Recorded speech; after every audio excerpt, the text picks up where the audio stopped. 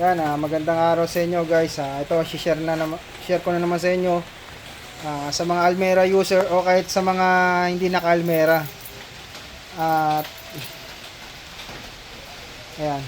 Ang problema ng customer namin is laging nalolobat yung battery niya. Itong battery niya bago pa, almost 1 year pa lang daw. Itong battery na to. So, yan gold yan. So, magandang klase ng Motolite yan.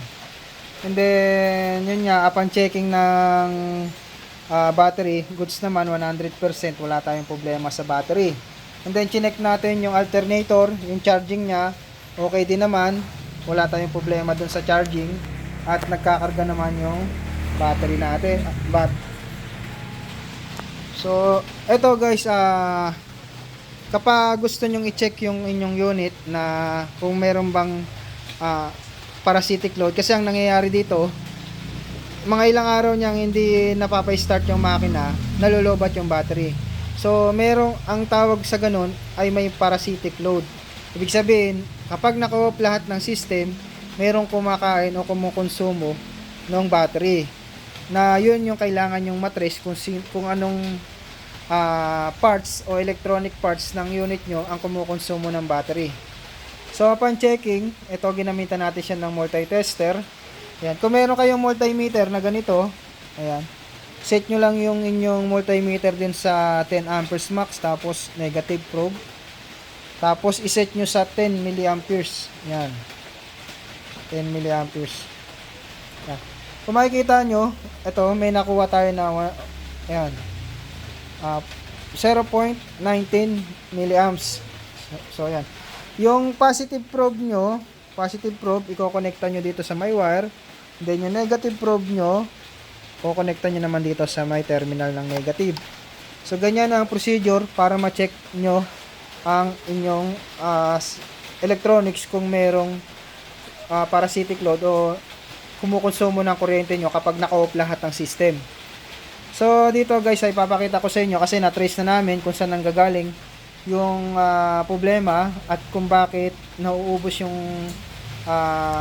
battery niya kapag madalang gamitin. So dito guys makikita nyo meron siyang 0.9 milliamperes na nakuha tayo, na supposed to be ay 0 amps yan kapag naka-off lahat at nakalock ang unit, nakalock yung mga pinto, walang switch na naka-on. Yan. Dito makikita ko sa inyo, papakita ko sa inyo kung ano yung naging problema. Yan. Ilawan mo nga to, baby. Yan. Ito, meron siyang dito sa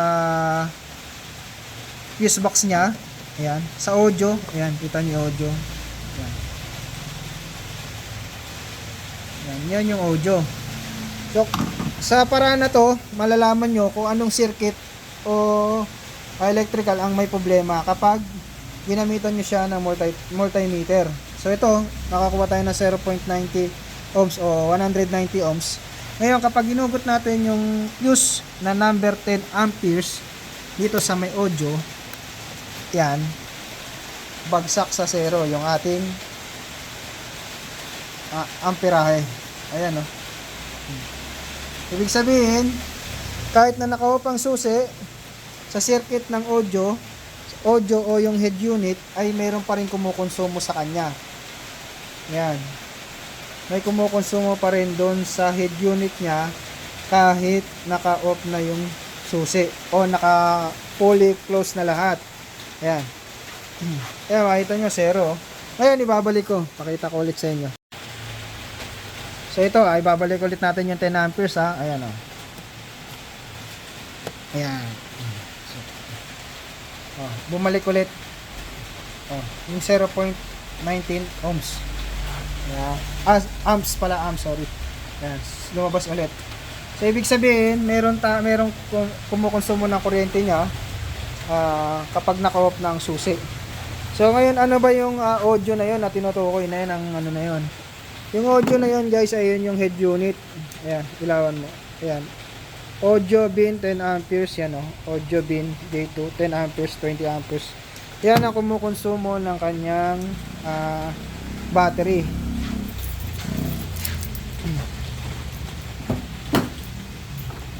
So dito yon guys, sa head unit niya na to. Yan.